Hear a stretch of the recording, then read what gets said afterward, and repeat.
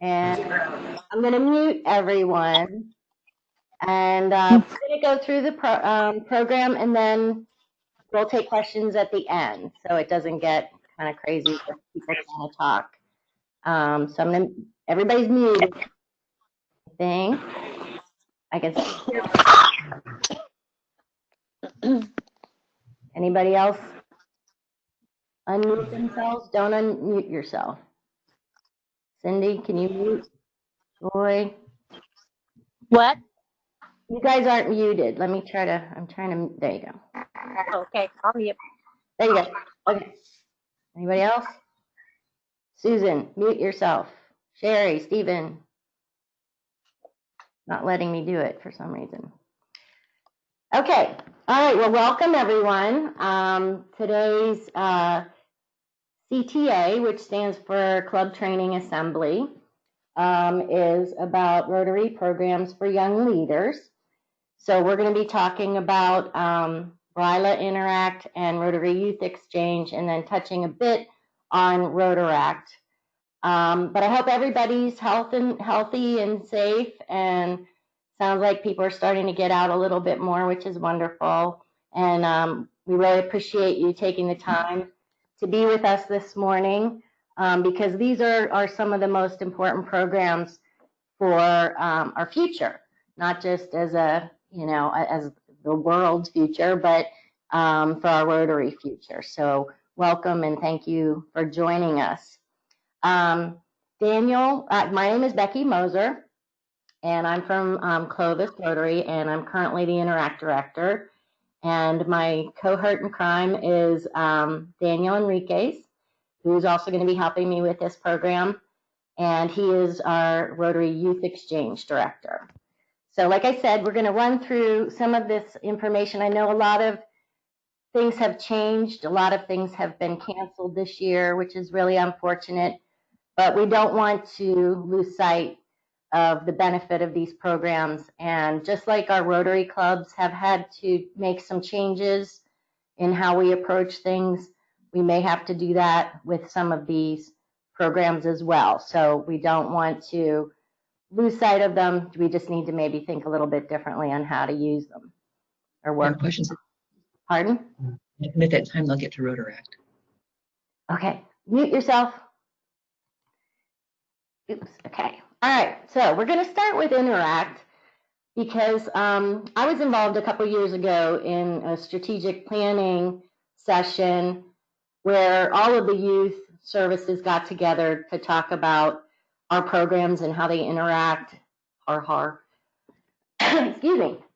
And we all really agreed that Interact is the gateway into Rotary, into the opportunities that Rotary provides through all of these other youth services. So building strong Interact clubs is a key for us to have other successful youth programs as well. Interact is the fastest growing sector of Rotary. And I'm not going to read these slides to you. I did want to mention that all of the CTA programs, the slide deck and the recording are on our district website.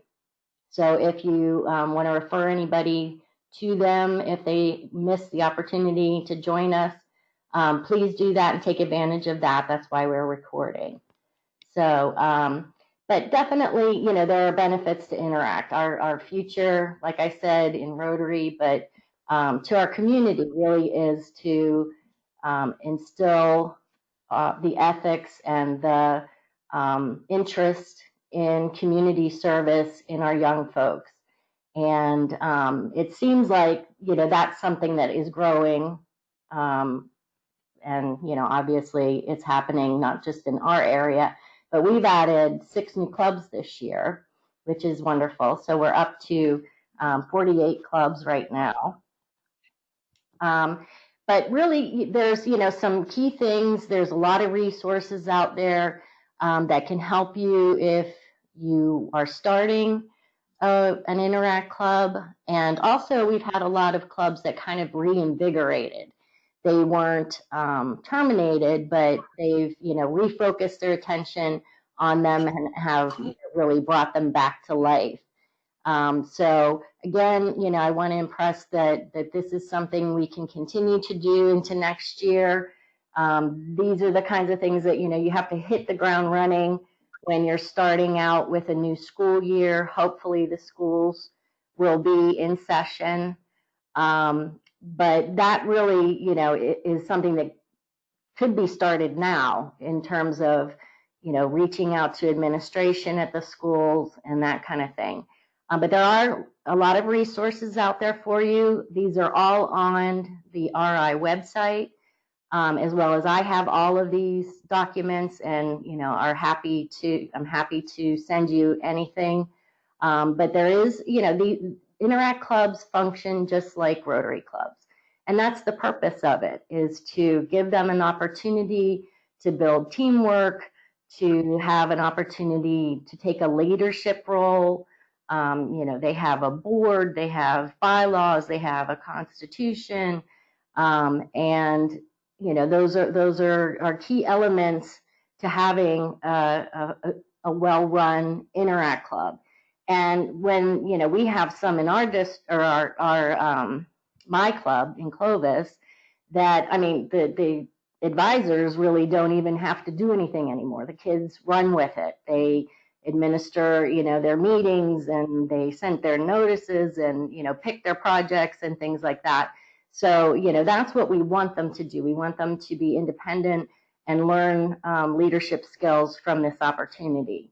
There is a youth protection guide, and Daniel's going to talk more about that. But we also have been providing an annual district Interact conference. This would have been our 4th year for that. And unfortunately, we had almost 200 kids signed up. We had a bus chartered from the coast, and then, the coronavirus hit. So we rescheduled that to October 24th. Hopefully the schools will be back in session and we'll be able to do that. But just like our district conferences, it's an opportunity for them to work together, get to know each other, share ideas, and get excited about Rotary. So keys to a successful club, from my experience, you have to have, your school and a teacher advisor that are going to champion the cause and understand what Rotary is and committed to trying to make sure that they're connected to our club and have information about Rotary. We, get them involved in meaningful projects. Kids love hands-on stuff. So if you're doing, some kind of project where you're out in the community, those are the best things to try to get them involved in, but also help them find their own passions and commitments. And, perhaps it's clean water or, any of the areas of focus are helpful when talking with the kids, just so that they can kind of get a framework of the kinds of things that they can be working on. But the keys are, strong school teacher support, strong commitment from your Rotary club and your advisor, and, engaging and building relationships with them. I included this just to make sure that you're aware that Interact and Rotaract clubs are also eligible for a presidential citation. And each year the RI president has, their own goals for each of those, segments of Rotary. This was the most recent. This was updated in April for the Interact clubs. But I included it just because I wanted to make sure you were aware that there is a presidential citation for them. It's an online form that you fill out. It needs to be completed by the club president. And hopefully, it's a nice recognition of what the kids have done. So this is kind of abbreviated because things shut down and they were trying to make it more accessible to the clubs. But it also kind of gives you a feel for the kinds of things that an Interact club could be involved in. So obviously, we're talking about the different avenues of youth services, working with your club, engaging with Rotaract, and, holding their own activities in celebration of Interact Week. The other one is, Global Youth Service Day. you know, talking about polio. So they really are just like us, you know, part of Rotary, want to have a good overview and appreciation and understanding of the initiatives of Rotary. And when they get involved in those kinds of things, you know, that instills in them the Rotary ethics and service above self. Okay, excuse me. Then we also have Camp Royal. This is called RYLA, Rotary Youth Leadership Award. So it's considered a scholarship. In our district, Camp Royal, I guess, has always been called Camp Royal. And so we've maintained that, but it's the same thing as RYLA. And ours is held in Sequoia Lake. Camp Royal, our district director is Bruce Kleckner. And he has done this along with a team of folks that have done this for many, many years and have a wonderful program set up for the students. And they come from all over the district. They bring them in by buses and things like that too. But this is, Camp Royal is really considered for your elite, super duper kids, and helping them build on their already dynamic, you know, leadership skills and support for their community. And the kids really do have fun and come back kind of, you know, a changed person.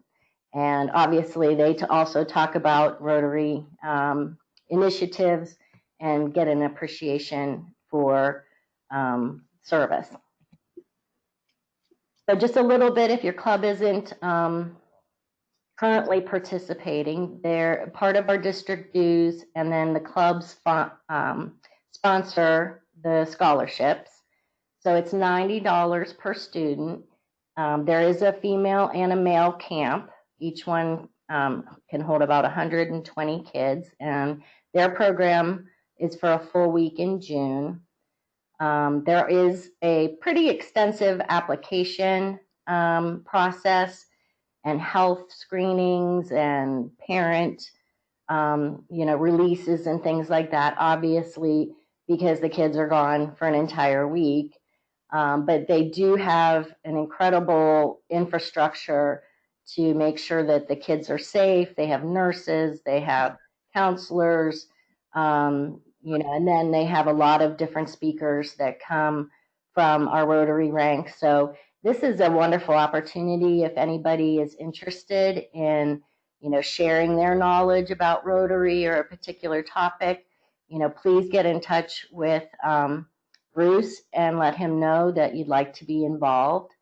Again, you know, because of the coronavirus, we did cancel camp this year.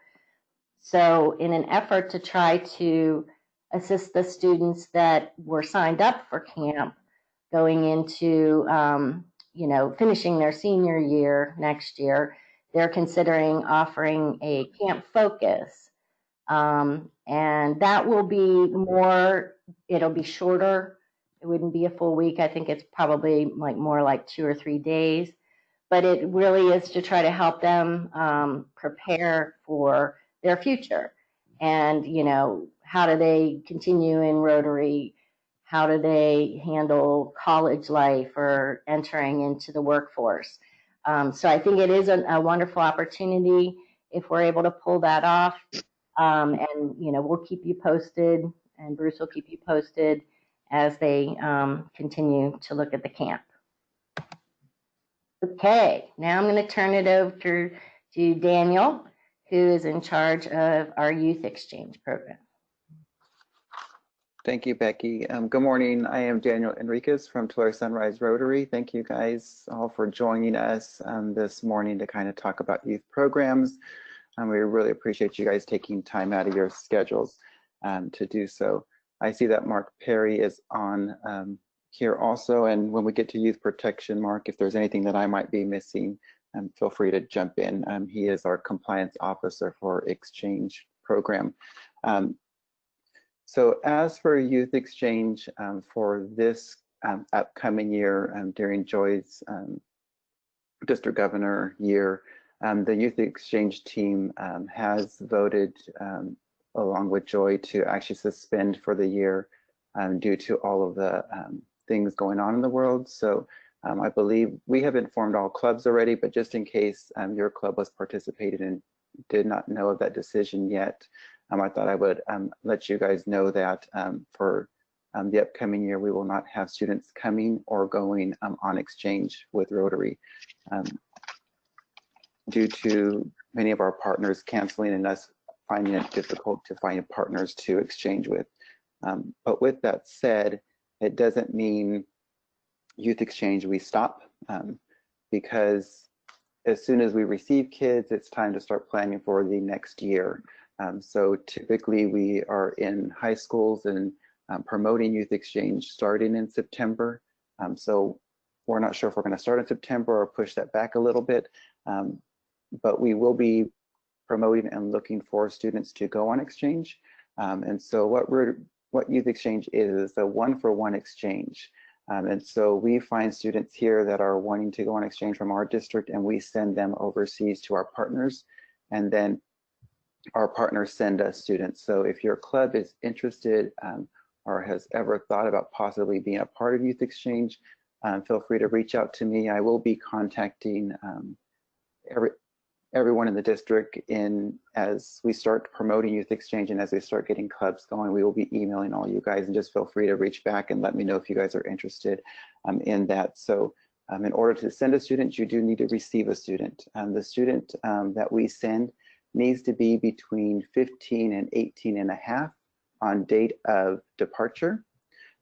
We are finding that a lot of high school seniors that want to go as a gap year, unfortunately, parents are holding their kids back a little bit and starting them at a little bit of an older age. And so we're finding that some seniors are actually too old to go out on exchange because they have to be 18 and a half on date of departure. So I want to talk about that a little bit. We find that Rotary Youth Exchange is a pretty powerful thing for the student and the student that we send. But I think for the district, we don't talk about kind of the ripple effect of what exchange does. What exchange does for that student that we send, and what for the student that we receive. That student that we receive sits in our American classrooms and talks with our kids. In those classrooms, they get to learn about their country and their culture, and how things are outside of our bubbles in the counties that we live in. A lot of us have teenagers that are around us that have not traveled or seen things outside the world. So can you imagine bringing an exchange student into their classroom that they can actually learn from? It's pretty amazing, some of the questions that some of our inbound students get from high school students, but it's a great learning opportunity for them and how that impacts their lives. On these slides, it does talk about kind of the fees associated if your club would like to participate in exchange and what that looks like. And it also talks about if you know of someone who might be interested in going on exchange, it talks about what the parents' fees are on that side of things also. For club commitments with Youth Exchange, there is a financial aspect to it, but then there's also trying to find host families. And so we at the district would prefer that you find 2 to 3 host families for the student to live with throughout the year. It does not have to be a family with kids going to high school. It can be older people. It can be single parents, but the dynamics can vary and change. There is also a process that host families go through to make sure that our kids are safe and well taken care of. So I just wanted to talk a little bit about kind of the youth protection side of things with Youth Exchange. If your club does decide to participate with Youth Exchange, our district team, we have an amazing group of people that actually can walk your club through the process of getting your counselors vetted, getting your host families vetted, and they make sure they go through background checks and all that stuff and kind of help them through that process so that our district is in compliance with the Department of State. We are checked regularly twice a month from the department to make sure that we are in compliance and that everyone is cleared and vetted to be watching and looking after these students. And with that said, even adults working with Interact clubs are any young students, you should consider I know Rotary International has guidelines on that, but I know sometimes those clubs, we don't really go into depth of what Rotary is expecting of us. So be sure to look that over and see what Rotary is expecting in regards to you working on high school campuses with Interact kids and things like that. I find that the best thing to do is just not have any one-on-one contact with a student, like you and one student by yourself, away from everyone else. As long as you are in groups and things like that, you kind of can keep yourself in the clear from having any issues. But we do like to have, for the youth protection side, we have to have one-on-one contact when students are living with families and things like that. So that's why we have this whole list of things that we go through on the district side for compliance with our exchange students. I believe that is everything I had listed for Youth Exchange. We can open it up for questions towards the end. Mark, is there anything else that you might want to add in regards to compliance and Youth Exchange stuff, youth protection? No, Daniel, you've pretty much covered it all. Thank you. If there are any questions, certainly reach out to the district team, Youth Exchange team, or myself. Okay. Okay, thank you. Becky, we will hand it back over to you. Okay. All right, so we're just going to finish up talking a little bit about Rotaract. Rotaract has had some changes recently within Rotary, but again, it's, you know, a beneficial program that can lead someone and continue their journey within Rotary. So this is for younger professionals, college students up to 30. They can be in clubs that are based at colleges, but the preference really is to try to expand that so that they don't feel uncomfortable being, you know, with a bunch of college students after they're graduated and moved on. But again, this is a way for them to network with professionals within Rotary, you know, continue their path of community service and connect with, you know, Rotary International more as a seat at the table. So this year, or last year, the change to have Rotaract members and Rotaract clubs be more a part of Rotary International is intended, you know, to increase the support that they receive from Rotary International and enhance their ability to serve. So like I mentioned, they can now join Rotary District committees. They are considered members of Rotary International. Right now, there are no dues structures for that, but a lot of clubs have, you know, changed their own dues structure to allow Rotaract students to be in their Rotary club as well as Rotaract. They can be in both. And their time as a Rotaract member counts towards their Rotary membership now. So clubs can form on their own. And like I said, there's been more of a push to try to have a community-based club. Obviously, you know, some of the other, you know, passport, e-clubs, those kinds of things work well, you know, since young professionals are trying to, you know, get their career started and things like that. So, you know, that seems to be a preference in terms of some of the Rotaract clubs. But, you know, it's a wonderful way for them to, you know, continue their journey in Rotary and get to know more about a Rotary club. And eventually, as they continue to grow, they will become a Rotarian in a club. So that is the end of our presentation about youth services. So we'd like to open it up to questions. There is that little chat bubble. If you want to use that, I can read your question and we can try to answer for you. Or I'm not sure about GoToMeeting, if it has like a hand kind of thing, or just unmute yourself and ask a question. Like I said, we are going to put this on our district website, so you can go back and refer to it. And, you know, feel free to share the slides this would maybe be a presentation you could share with your club to try to help educate them about youth services as well. So, and of course, Daniel, Bruce, and myself, we're always available for questions, for resources, for assistance. So feel free to reach out at any time too. Does anybody have a question? Is that? No? Real quick question, Becky. It's Mike with North Fresno Rotary. Good morning. Hi. As a Camp Royal alumni, Yeah. I know you mentioned that perhaps they're going to have a 3-day leadership conference. Will that be at Camp Sequoia as well, or? I'm not sure if they've decided where the location would be. Because it is shorter, it might not be, but it sounds like if they're going to do it for several days, it's, an overnight type of thing. Joy, I don't know if you know anything more about that as well, but I have not heard about a location. I think it's still in kind of discussion stage. So nothing's really set in stone yet.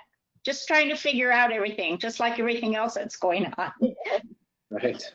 yeah, Thank you. it's not necessarily considered a conference. It would be like a camp, I guess, a Camp Royal session, and just a little bit different focus to try to help, prepare them for their next step. Anybody else? I have a question. My name's Steve. I'm with the Passport Club in Salinas. Hi. I know David already knows about this, but we have this issue where at least 1 or 2 of our exchange students are still here and not able to go back to their host countries because of the pandemic. Just to let everybody know that, we do still have those, and right now I don't think that there's a solution to what the problem is going to be. But I know that our current president I am president-elect, our current president has been in discussions with David in regards to how that's going to get resolved. But just to let everybody know that there are some exchange students that aren't able to go back home yet. Daniel, did you want to? Yes. So in our district right now, we do have 8 students here. Besides the 2 that he is referring to, the rest all have flights heading home. 1 student is looking for a flight back to his country, and then we have 1 that is kind of on hold right now. And these are kind of some of the reasons why we had made the decision to hold off a year. There's just too many unknowns, and we don't want our kids trapped anywhere, especially if their parents are wanting them back home. So right now, those 2 parents that he's referring to are okay with them sheltering in place. We do have 2 students that are still abroad, but it is at their choice and their parents' choice, and we have been in very close contact with them to make sure every step of the way they're still okay with them finishing and ending their exchange year out. So we have 2 out. And we have 8 that are still here out of a total of 13 that we sent in and out. And is that because they're not allowed to do international travel, or? No, we have students that are wanting to, that are the ones that are here are wanting to participate in their drive-through graduations. They're hoping that things will be lifted so that they can actually see their friends and say goodbye to them before they fly home. A lot of parents from overseas would prefer their kids to stay in shelter in place instead of putting them in planes. Most American parents on the other side wanted to put their kids on flights in the middle of everything and wanted them home immediately. So it's just culturally and different kind of what each side is kind of seeing and how they want to handle things. So right now for the kids that we have here, they're here because their parents want them to shelter in place until things kind of slow down, except for the 2 students that he referred to, although on those 2 students, they still want to participate in that drive-through graduation kind of thing too, and their parents are not like get them on a plane right now. So come mid-June when they're supposed to be heading home, we might be having different conversations, but the Department of State is informed and well aware of all this, and we have been in communications as this goes on. So, Daniel, you might also mention that each of these students have been in contact with their country's consulate. So the United States consulates for those countries know of the students' presence and what their desires are, what the motive is, and their mode of travel to get home. Mm-hmm. Correct. We have been in close contact through hundreds and hundreds of emails every day practically. It's crazy, but trying to keep our kids safe and keep everyone informed of what's going on and what their decisions are, so they can finish out their exchange the way they want. So, okay. Crazy. Okay. We do have a chat question.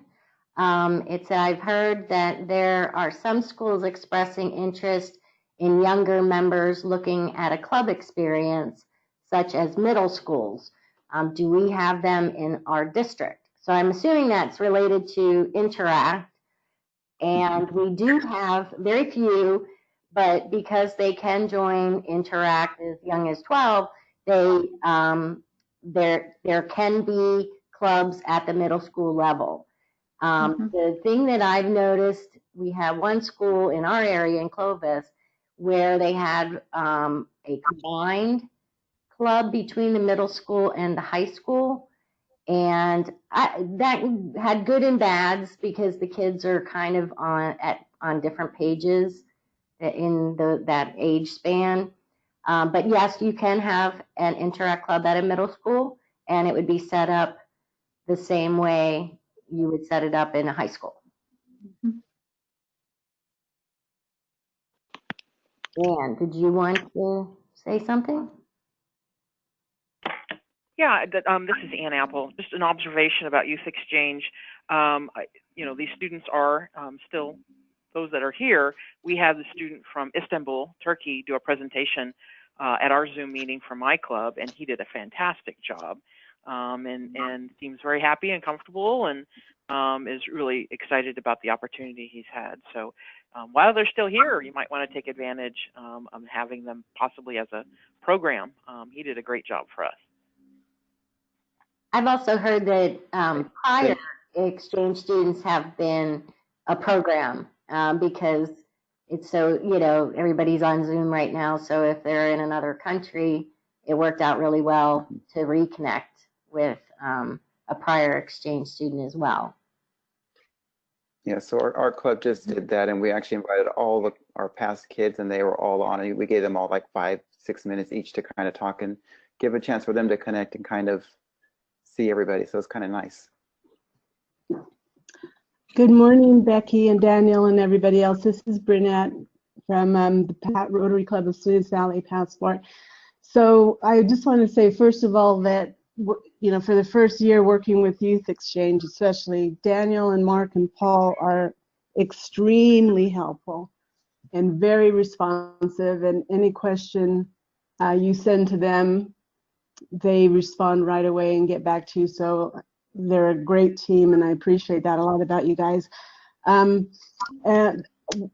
just to mention, and I don't think it was said, but maybe it skimmed over my head, but just to let everybody know that vetting process takes a while. So, for getting host families and even clearance for your youth officer, your YEO, and there's a lot of paperwork to do, and it's easy to do, but it just does take some time. So you need to be ahead of that, so you're not scrambling at the last minute, and you have everything in place before you get started. Good point. Yes, this is Mark Perry. Let me speak to that a little bit. Typically a host family or a volunteer within the club counselor or the club level youth exchange officer, the vetting process can take as little as a week to 10 days. Most of the time it takes about a month. And the largest or the item that basically hangs up the individual or host family the most is taking the online tests. It's a little intimidating, but for the most part, once they jump in and take it, the tests are designed to take as many times as needed. All they want you to do is pass the test. The volunteers have 2 tests. The host families have 1, and they're both youth protection training and tests. The other item that tends to hold people up are the references. Both volunteers and host families need to have references, helping pave the way by contacting the references ahead of time, saying or asking them to be on the lookout for emails for responses that are needed, helps speed that process up. The background check that is done can typically be done in 3 to 4 days, although with this COVID-19 in place, it's taking a little bit longer because of the backlog and everybody's shelter in place and processing. But for the most part, the vetting process can be done pretty rapidly, but everybody needs to stay on their toes and watch for the emails coming through and quickly respond. But it's doable and pretty easy, as mentioned. Okay. Anyone else? No? Okay. Well, I would say that if you have any other further questions, again, please reach out to any of us on youth services, and we'll be happy to help and answer any questions that you have. And we really appreciate you attending today. I know it's Saturday, but it feels like every other day of the week, right? No.